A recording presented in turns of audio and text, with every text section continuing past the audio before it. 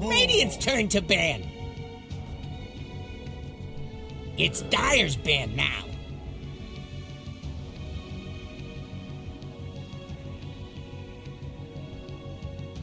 Ten seconds. 5 seconds left.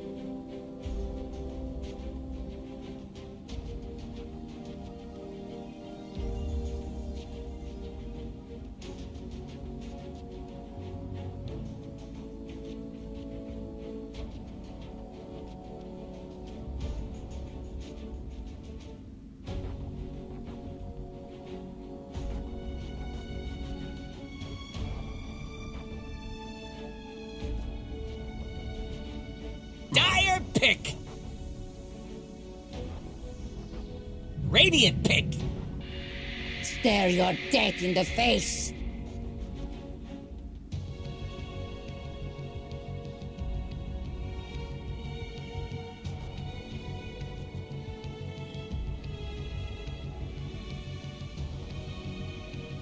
Ten seconds.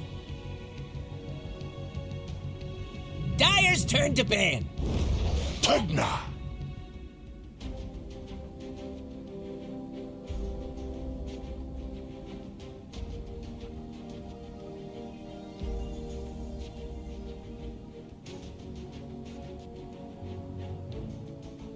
10 seconds. 5 seconds left.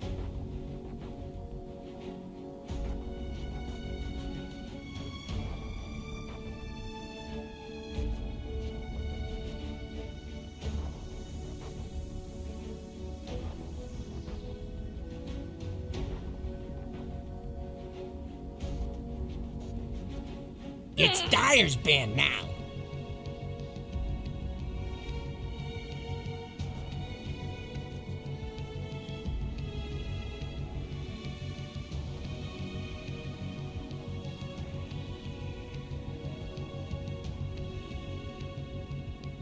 Ten seconds.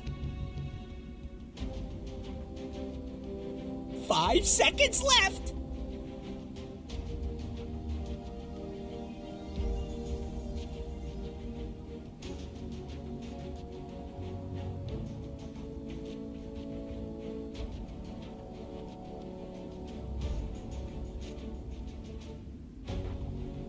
Radiant's turn to ban.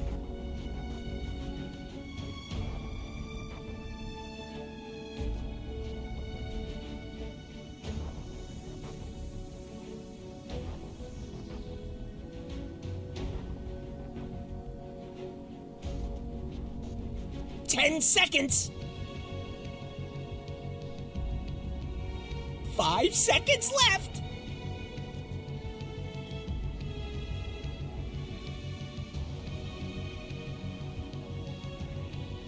Radiant's turn to pick.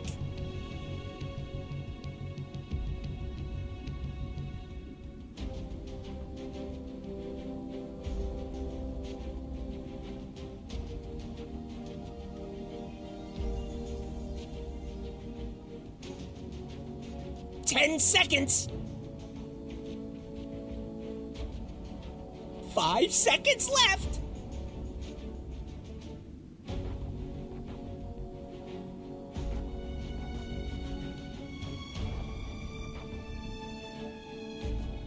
Hey, they're back! Good for you!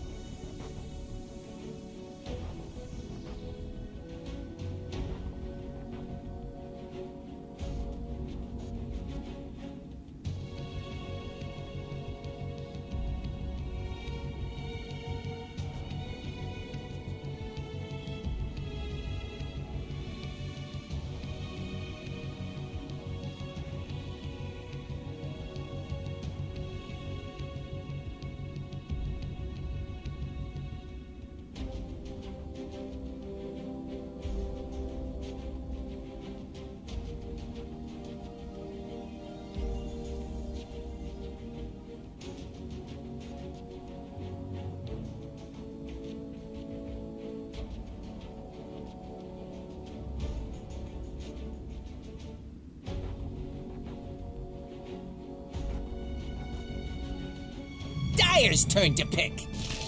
Weaver.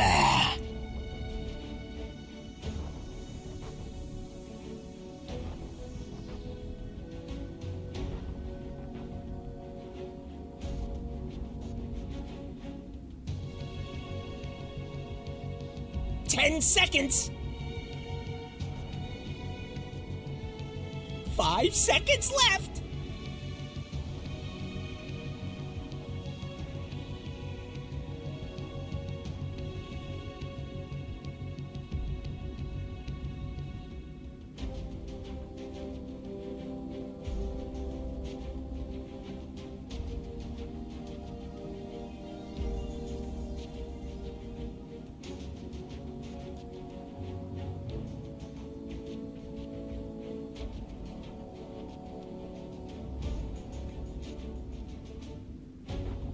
Dire pick.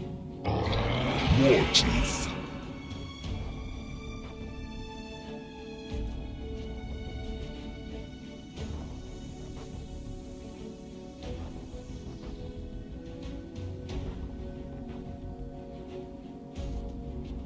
Ten seconds. 5 seconds left.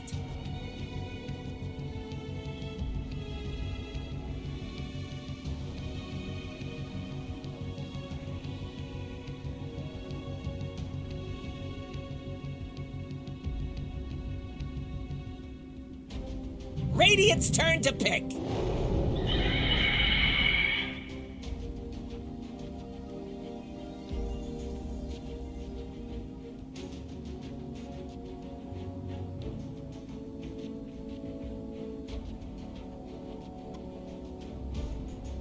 Ten seconds.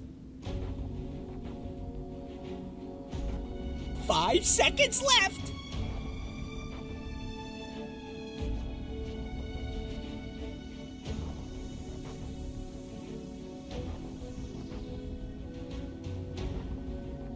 Radiant pick. Luna.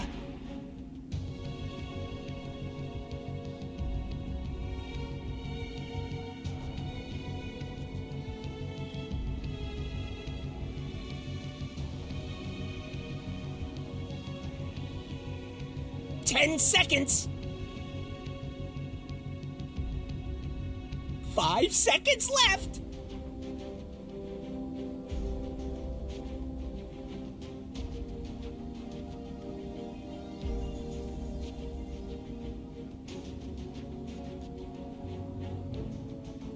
Dire's turn to pick.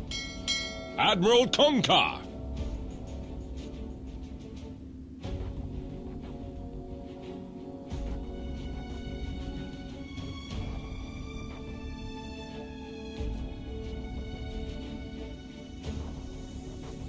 Ten seconds. 5 seconds left.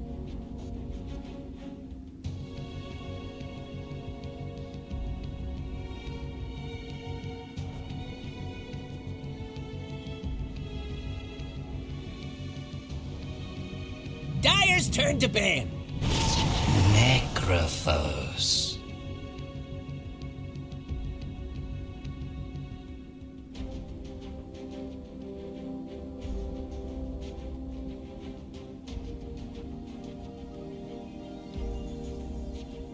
Ten seconds. 5 seconds left. It's Radiant's ban now.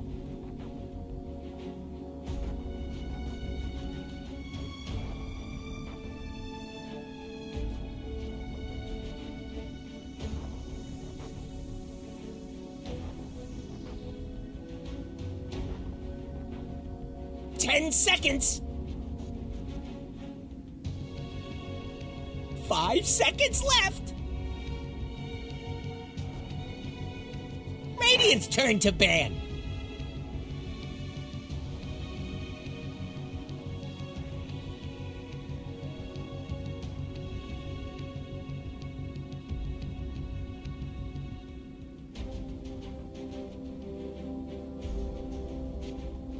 Ten seconds. 5 seconds left. Dyer's turn to ban.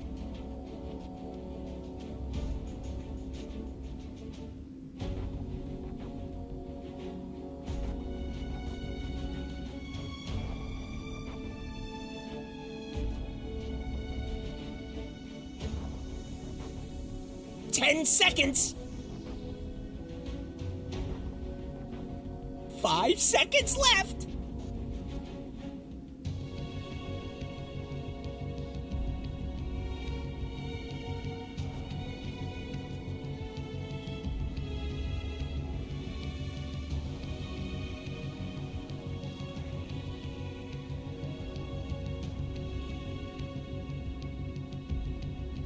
Dyer's turn to pick.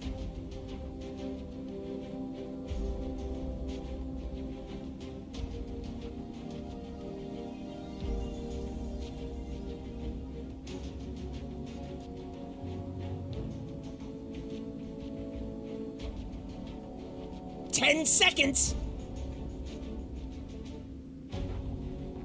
5 seconds left.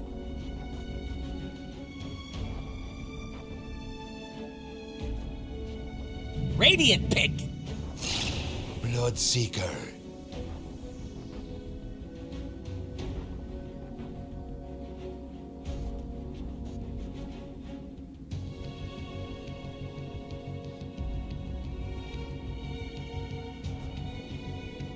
Ten seconds.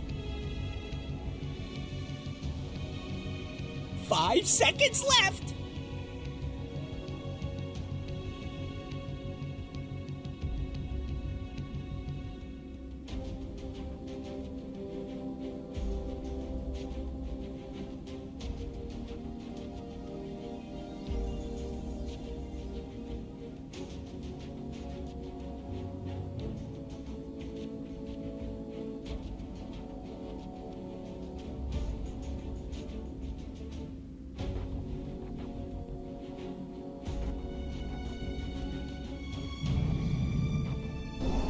Invoker. Choose your hero.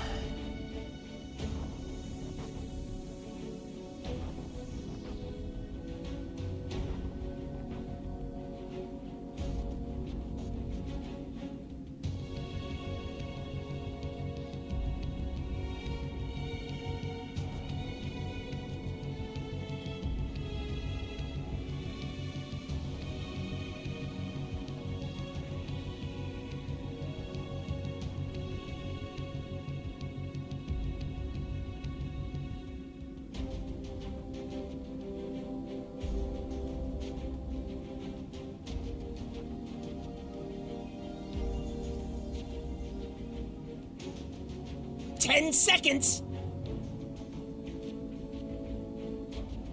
5 seconds left.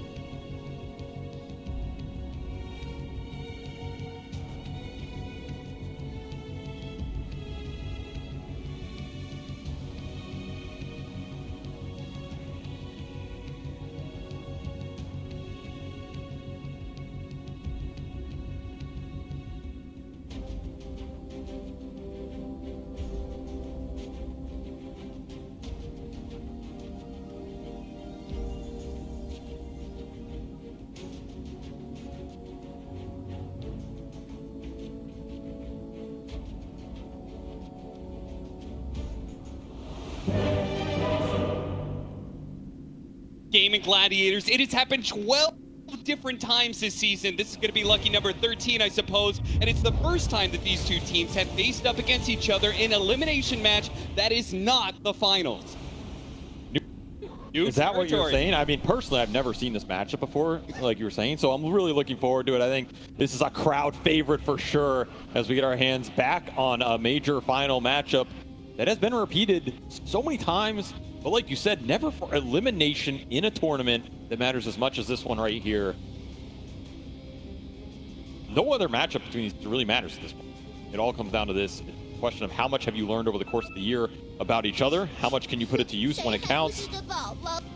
How many voice lines can you spam? As you can see from the chat, Will line already coming out, and the little bit of all chat with these teams know each other very, very well. They matched in every single major finals this year, and they matched up against each other in Riyadh, though that was an upper bracket match where Team Liquid, you know, they finally managed to get one over the Gaimin Gladiators team. Finally got there, but can they continue that with elimination on the line, shaking off a loss against Team Spirit especially? I mean, that had to be a bit of a rough one, because not only did Team Spirit, in some ways, I think, prove that they're still the better team to Team Liquid, but they also managed to do it in like sort of comeback fashion. Liquid probably feels like they could have won that series, you know? At the same time, Liquid looked better against them than almost any other team has in recent history, right? I think Spirit are being humble, and they're saying they haven't only played eliminated teams, but damn, they look scary. So if you can compete with them, you're competing with top 3 at the tournament, and that bodes well for your potential lower bracket run. Both these teams are in the lower bracket. Surprising me, but here we are. Upper bracket for bitches indeed, as they're going to try and prove everybody wrong and seal the deal. I like this draft. I think this draft's very interesting. I think both teams got a lot of what they wanted as Blitz was pushing. I think Gaimin, they got their Necro counter pick, but they don't get it last year, which means Nisha has an opportunity to respond. I think they have tools to deal with the Necro with the Dispels, the Vessel from Invoker, and a lot of physical burst damage coming in later off the Bug and the Luna Aura going through in the nighttime. Got to remember that. You're contesting 6 and 8 and 10-minute power runes against Gaimin. You have to bring everybody those runes. You have to be able to fight them. Luna helps you do that. That pretty damn good amount compared to almost any other carry. I expect a lot of clash around the mid lane here, and I expect that have it happen fast. Let the battle begin! Here it comes. Bounty runes out in the field. Immediately, Liquid are going to try and battle Gaimin Gladiators, but it's going to be Insania who's looking close to die first. Tofu, he barely managed to live long enough. Holds on so Quinn can claim that coveted first blood. And even Boxy, who does have the Shikuchi, yes, but they have the Bloodseeker. They see him, but they can't hit him, at least not yet. Gonna have to suicide though, I think. I don't know if you play the lane with this little regen. The upside for Liquid, you give Quinn first blood here, but you did drain a lot of mana off him, and you move. Okay, managed to dodge the dead shot, but again, still the vision from the Bloodseeker allows them to claim a second kill of the game. So not only did they get a 2-for-1 there, but they also managed to get the first blood, and they also walked away with even bounty runes. So big win for Gaimin Gladiators right out the gate. Nice way to start the lane, especially when you have Bloodseeker. Any of these types of trades, you set Equilibrium up in a way where people are already missing regen or they come to lane half HP. Duraccio is going to be very happy about that. And this is a lane where he can just dominate, I think. Kunkka's not going to pose too much of a threat on him. I mean, you're building up some attrition with Tidebringer going through, but Bloodseeker's just going to heal through all of it. So I kind of expect Gaimin's laning phase to be incredibly strong here. And I think it's going to become a question of where can Liquid make the moves with their supports, gain some momentum back, and hopefully get Nisha activated. Because I think if this Invoker has a really good first 15 minutes, he can take a lot of this early game over. I mean, the mana burn is going to be a problem for Quinn. The Tornado is going to be a problem for the Ghost Shroud. And a fast Vessel in this game to negate a lot of the healing could just win you some of these back of like good Ghost Ship, Torn Storm in the mid game. Especially with Luna Aura coming through on all of it. It's a very strong 5-man group up from Liquid if they can get it going. Yeah, Nisha starts off really strong. Gets 4 denies already and a lot of damage onto the Necro. If he can keep that kind of pace, then he'll prevent the Necro from being able to get that regen. But it does become harder over time. They're going to jump on his eye here, hitting their level 2, while the Kunkka is still shy of that. Zai will manage to walk it off. They actually get pretty low here. Boxy's going to take advantage of this. He should easily be able to pick up at least 1 kill. Celery pops Fairy Fire. Zai's coming in as well. Can he hit the swing required? He turns back to Duraccio instead. A torrent to the side and catches him. Boxy will now be able to finish him up. Unless Duraccio can somehow keep himself alive through getting last hits, but no. Run down by the Shikuchi. Meanwhile, on the other side of things, Tofu picks up yet another kill, but Insania's already back into it, shows up with the Blood Grenade. They'll have their revenge, perhaps, but Mickey may cost his life as he's going to try and limp away. Ace, dive in the tower. Oh, it's a bad dive. Now he gets a little bit of a stun underneath the tower. Want to turn around. Liquid will manage to make up a double off that when it looked like for sure it was going to be a trade-off 1-for-1. These are just brawls of a lane, man. And already we're seeing this Aura do work bottom. Pugna with such high move speed, such good attack animation, just kiting them around. This is the type of laning stuff you want for Gaimin. Do not give them a head start. Do not let them run away with it like we saw yesterday. Over Quinn pushing in mid. This is an oppressive laning hero right here, and we're showing exactly how much you could do with it. Quinn is not afraid to play this hero blind. That is a scary thought. Yeah, right now, I mean, this is insane pressure right here. He has fully recovered this setup now where he was low on CS and low on regen. Managed to get a bunch of last hits all in a row, and now he is commanding this lane and will probably continue to do so.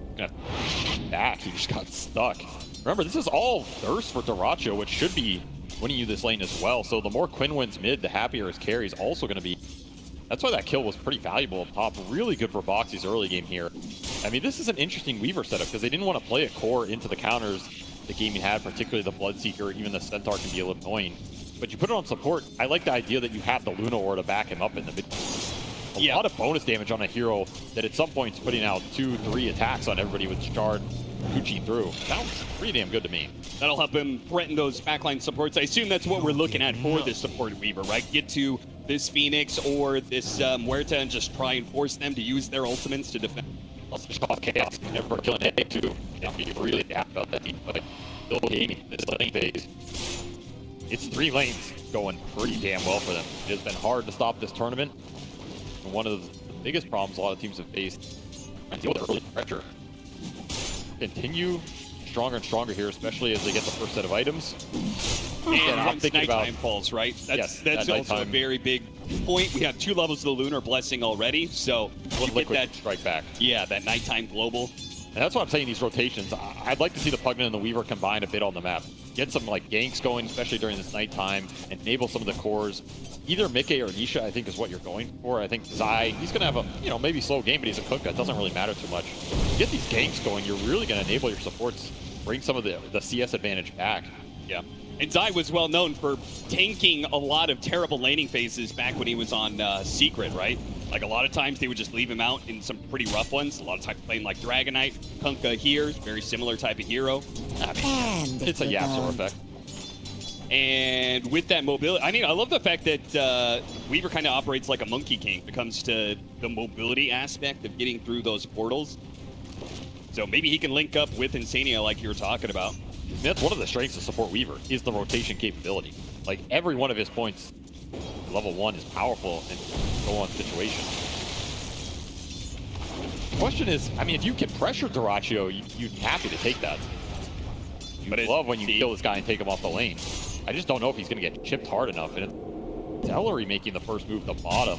This is not what I expected out of Liquid. I expect Boxy to want to respond to this, or at least create pressure on Dyrachyo, try and bring him back. That's what they're doing. They're going for the kill on the Bloodseeker right now. Forced to TP away. Barely makes it. Meanwhile, here comes that rotation, but TP immediately coming out from the Weaver, so Gaimin Gladiators may not be able to go for this dive as much as they want. Nice hits, though. Celery landing all of the Fire Spirits onto Mickey, and that'll finish him off. Boxy's going to try and trade out on Celery, but Ace is trying to protect his support, staying close by until the dive is ready to go. Celery gets out, so kind of a trade. Like, would you rather, in that situation, be straight up dying as the carry and then TP back the lane instantly, or do you feel like Dyrachyo is not too happy about keeping out of the lane and missing so much CS? I mean, I think Dyrachyo is happy with that. He's not giving a lot of that speed as Zai. The better of the outcome, especially when the team made the first move. These are going to be in some trouble. Instantly hit with the silence, and that's enough. Lock him down with the Reaper Sight underneath those ghosts. And while Zai is being run down by Dyrachyo as he made his way back to lane pretty quickly, thanks in part to those phase boots. This mid lane, it's just been all Quinn. I'm surprised with how well he's done in this matchup. I mean, this is a matchup where Invoker generally has done okay, or at least okay enough that he can get into the point of the mid game where your spells are really good for Snecro. But this is a wide lead to open up, and of course, Gaimin are going to advantage of it with the quick roll. Radiant's middle tower is under attack. Translate that pressure into experience for their supports. You have that nighttime full stride here, 3 points in the aura. This one, Boxy's pretty strong on the map. Even Insania getting these extra right clicks in it does hurt when you have low armored heroes. Got him with the bugs, pulled him back in, but missed the torrent timing there from Zai. But once again, Dyrachyo takes some damage, but he will be able to heal up a decent amount. The CS directly under the tower. You're going to rotate your supports off the safe lane. Again, it's like you rotate 3 to kill Dyrachyo, and if you're not, you got to create the pressure somewhere else. seems like you're giving Celery a lot of room on the map right now as he's just lingering bottom. He's just waiting to see if Mickey shows here again. Quinn knows there's a ward up there, but missed it barely off. Now Durachio's starting to feel the pressure. Dire's top This is where tower the is under trade-off comes attack. through, right? You're going to sit on the bottom lane with your supports. In theory, Durachio's not going to get as Radiant's much. bottom tower's still How there. long does Mickey want to sit down here? Not You for want long. to bait the dive and another box rotation. Nisha can also counter gank these plays. It's the strength of Quaswell at this point in the game. Liquid should be happy to take these defensive-oriented fights. Yeah, they are diving in so damn deep. In fact, they're still back there. Ace just feeling like, thanks to his Vanguard and 17 Magic Wand charges he's built up. He's just chilling. Smart not to force it there. Pretty damn ready. You do not want to give Nisha some big turnaround kill in this game, because that's going to give him the urn charges. Then suddenly he can go into the Midas or the Vessel, whichever one he opts for. No ship used, no avail, as Durachio is still just walking off the pain. Just been left to the wolves. Tough trade-off. And the big question here is, can you accelerate your Luna across Bloodseeker? If you get Ancient stacks up, that's another route you can go here. If you're Liquid, just play a defensive game, get massive stacks up, put Mickey in a position #1 leading net worth in the game, and we saw him carry some crazy games. Definitely not out of the question. The hero that can stand your ground with Butterfly Satanic timing, plus that shard in the late game. Dire's You could put top Gaimin in a tower is position where under suddenly attack. they're the ones lacking the damage. Here comes the Another smoke gank on Anisha. Ghostwalk goes out, but they do have detection already laid down from the sentry. He's going to try and duck away into the trees. Managed to dodge the dead shot, cuts out a tree to be able to cut a path away to freedom. They're going to have to pop the Stampede to make sure they do not get caught here on their way out. Another kind of poke Dire's attempt, top another tower attempt has that Boxy fallen. instantly responds to. Ready to take into these fights. I think he almost wishes they would dive. Like, please give me the cleanup opportunity with how hard I'm hitting right now. Yeah, I get it, because it's nighttime, right? A golden Clock will thread. hit 10. Now Gaimin, they want to group up and push with a Necro and Sent. Be there. They're just holding the wall, holding it steady, farming it up. The question is Nisha going to go for this full Vessel? Or is he just going to go for a Midas and try to scale? Like, how does he feel the pace this game is going? Zai makes his first move with a boat. Should be enough damage here. A lot of heroes, but Ace also has a lot of HP, and Gaimin Gladiators are coming in force. Beautiful torrent that hits on 2. Zai still chasing, but the rest of his team is backed away. Now that he's been hit with the Rupture. Caught in place, and Quinn, he sees his opportunity to get at least 1 kill out of this one. Needing Reaper Sight put onto the Kunkka to get that stack, and they'll call it there. Good enough for them. 1 kill for no trade-off. Okay, I thought they had way more damage, but there's no like early swarm hit on the Centaur, and he just walks it off. 1600 HP in the early game, way too much. Without the extra spell damage from the Broker willing to make that rotation. I mean, you're not going to bring 5 to kill Ace, right? Way too hard.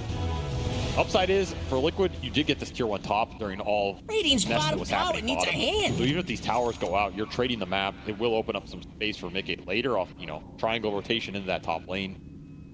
They have some room to play with here. You get slowed down, which if you're Liquid, you're probably happy with. Gaming don't beat you in 20 minutes, and all of a sudden, will they beat you if it goes to 50, 60? Not been their wheelhouse at this event. That's where they've struggled. Considering the pace they took yesterday, when you're talking about the Spirit Vessel versus Hand of Midas, I immediately was like, please go Spirit Vessel. Don't go Hand of Midas, because we saw the way that got punished with Now. Right. It's about how you feel this game's gonna go. Instinct. Pure instinct read. Quinn will go for the bots first on the Necro. So we've seen him do this, I want to say almost every game here. I think it's just a map mobility thing. Keep the farm up, be able to join these plays, continue to get the Reaper stacks. It just feels natural. Under attack. Does make him a bit EMP susceptible. burns out Celery, but Phoenix operates without mana. The fortification. Which will begin a Pugna Radiant's Siege. bottom tower needs a hand. Yeah, they already got that top tower earlier. We didn't really mention it, but now that bottom tower is going to die for Gaimin Gladiators. They're evening things out. But mid tower is under assault a bit from the Pug. It cost him some time on Durachio. He suffered in that note because he got kicked off that top lane. You went for the trade. And this is where Mickey's going to start to pull ahead of him. So how aggressive do Gaimin get to try and disrupt the farming pattern here? Unlucky find. What is your timing that is it like Blink Dagger on the Centaur? Ace is pretty close to it. Yeah, it just has to be, right? But the thing about the Centaur Blink this game is, what's your damage fall going to look? Bringing the both supports in that smoke, it's probably going to be a bit obvious. It's hard to bring the Necro in there. The thing is, the Necro also wants damage to come out first, so it's hard to see. on Liquid. They have the Pugna for that reason. I can see the burst not necessarily being that easy.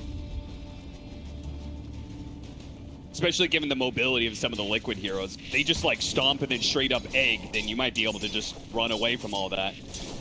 Set. Why the calling is going to be a very vital spell for all these games. Rupture and Reaper's Scythe is a deadly combo for anybody caught out like Zai is. He's going to use the boat almost immediately. See if he can get enough heals. There is going to be that boat buff to be able to help him out. They're going to pop the Supernova. They go for the Reaper's Scythe kill onto the Pugna instead and leave Zai for last. They're going to have to dive him underneath the tower. Darachu's pretty sped up here. Mickey's trying to help him out. The Stampede is going to run over Zai. They finish him off and run through all of this. Deadshot going to miss from Tofu. And now Nisha starts putting some damage back onto Gaimin Gladiators. With Boxy coming in from behind, there's potential here, but they're fighting into the Necrophos. It's going to be pretty tough with all that sustained. So they ought not to try and break Gaimin Gladiators there. Losing 2 heroes. Caught a little too deep, but there's just no damage turnaround at this.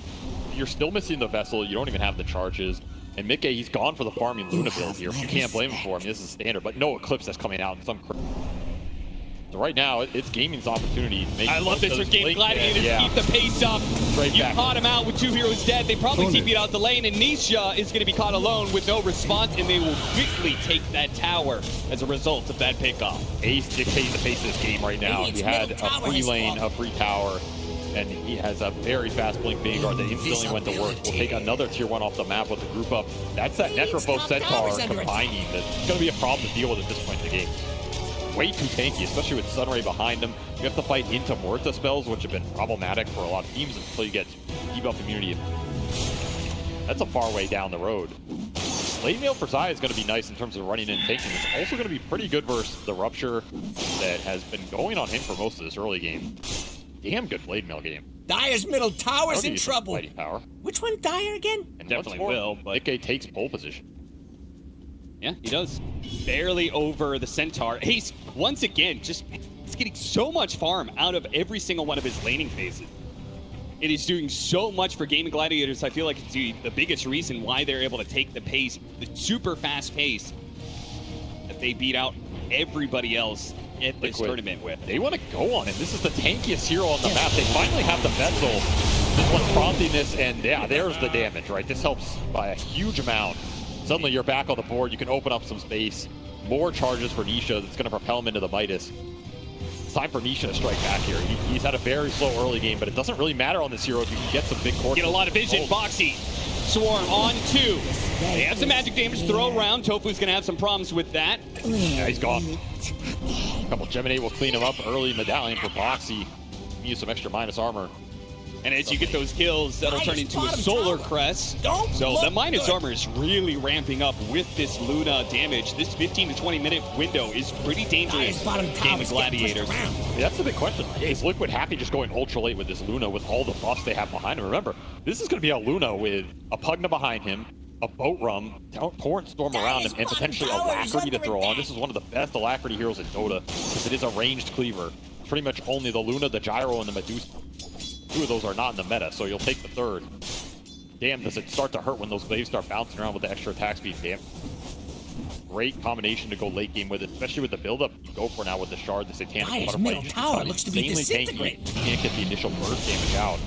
At the same time, I feel like it is kind of a single core lineup where they've got 2 big percentage-based damage dealers on Gaimin Gladiators. Tofu will deal with that ward. Tornado is going to catch a mid-stampede. A bit unfortunate there, but it looks like they're going to try and catch the Invoker. They got him from behind. Ace shows up, and Insania, there's no way he can do enough heals to outdo that damage from Gaimin Gladiators. They will both die. Every time Liquid starts to push back, it's Ace coming in, shutting them down with another 2-man stop, setting up another Reaper stack for Quinn as well. He's already up to 4. You cannot let Necro get to that like 10 territory, right? The hero just becomes an abomination of Dota with Ags hard plus extra regen stacks. Haste. Yeah, you may have Spirit Vessel, but you don't have that much anti-heal. And now Daracho starting to pick up the aggression and effect from him, getting on the Liquid side of the map.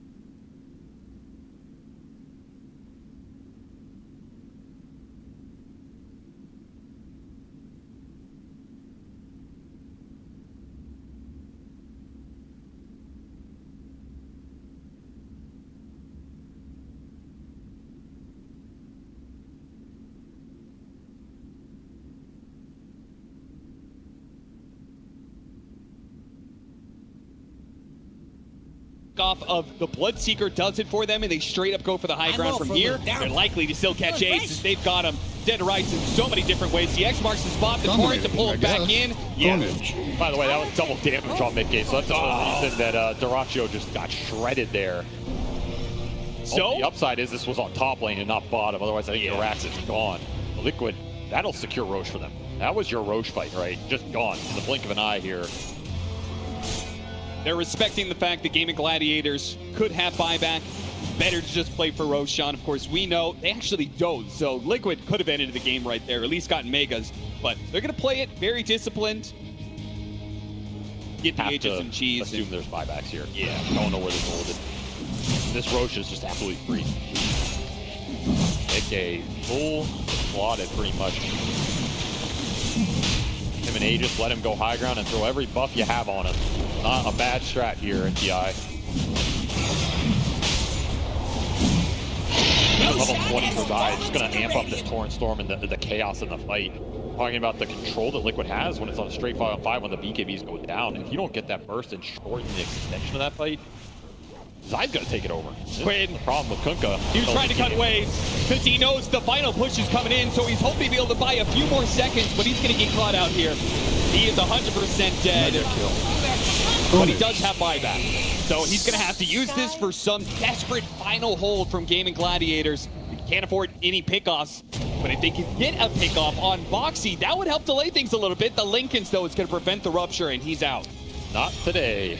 Now that means Rupture's on cooldown when this push comes in, and Mickey is approaching 55 seconds. He is fully slotted out here. I mean, you're talking about Necro's buy. Quinn has 5,300 gold. He is buying another item. He just doesn't know what the hell he wants in this game. I mean, it's got to be BKB. He's trying to get close to gold. He could sell and get it here. They're going to wait for the initiation, the attempted jump from Ace. Once again, a man to dodge. He's able to get away from that hook stop, and they really cannot seem to Quinn got dragged. You know, he got pulled out from the tidal wave. Quinn's in trouble, but he does manage to use his shard to get out from the side. Still, though, buildings are exposed. You can reset all you want. Your buildings are still going to be in some trouble here, down to half health. But again, he has that Aegis, he has the Lincolns, he has Satanic to full heal him. Nothing is going to stop Mickey from claiming the Megas. Now have Mega Cubes. Keep going here if you're Liquid. Reset, gain some resources as well. That's a lot of time. That'll be the BKB bought out from Quinn. Did not have it for that fight. This had actually save him, though, because Mickey's physical damage to the outputs is pretty intense. Part of the problem is how do you get through the saves now? Boxy's itemization in this game with the Lincoln's Ags is closing in. You have the Glimmer Cape. You have another Lincoln's on Nisha as well. This is double Lincolns that can go through against Reaper, Rupture with, like we were saying, not a lot to pop it beforehand. These are long cast animation spells. You can honestly hit them pretty reliably. You're just looking only at that and not worrying about anything else here. Block potential is very high. More rally around your Luna. Let him do the work. Let the Glaives do the work. Luna is so good at being able to siege down tier 4s with those bouncing Glaives. Getting pretty low already off that bit of burst. See if they can get him again. The Manta dodges Mickey. He is so on point with it, but he does get burned out anyway. Second life.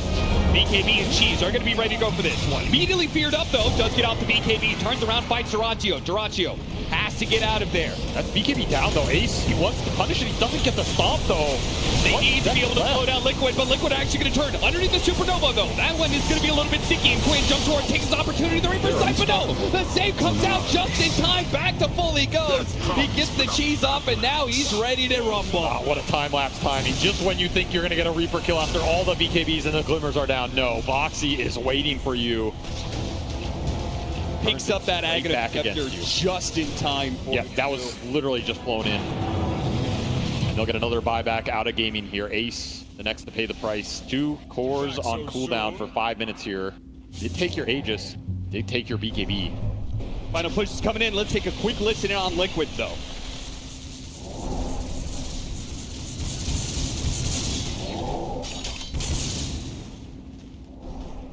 Mickey understands his strength. Chad just wants to run in, protect him at all costs, and that's what Liquid did there in that push. Now he has a pressure. So this is a level 25 Luna with full 6 slots, double BKB, double Satanic, double Manta Dodge, and get them both. I agree, put everything on him and let him end this game right here, right now. He's got a little bit of window where there is no Supernova, even the BKB on cooldown from Quinn. But Liquid are a bit hesitant. What are you waiting for? Call. For the right opportunity to present itself, perhaps. Back to 4. Another Tormentor. Why not? Might as well take away those resources away from Gaimin Gladiators.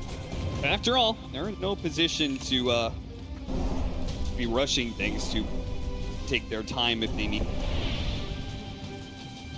Now we have the EMP pull-in, so not only are you dealing with the constant Torrent Storms, the Tidal Wave pushing you back, but the EMP is also dragging you away, out of position constantly. You see that attempt there, though. Always the Death Seeker ready to go for Quinn. Get out. Just start poking him down. Create a situation where you force Ace to jump, and then Mickey's gonna have a good fight.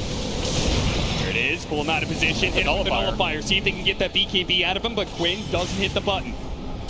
Hold strong for now, but they are taking damage on their tier 4s. The Mega starts streaming in. Nice Torrent into Cataclysm, beautiful setup, and that's going to be Ace going down with those 5 mag. And Mickey sees his opportunity now to be able to hit the tier 4s. Gaimin Gladiators back away, the throne is going to be exposed. Taraji tries to come in, sliced and diced by the Glade.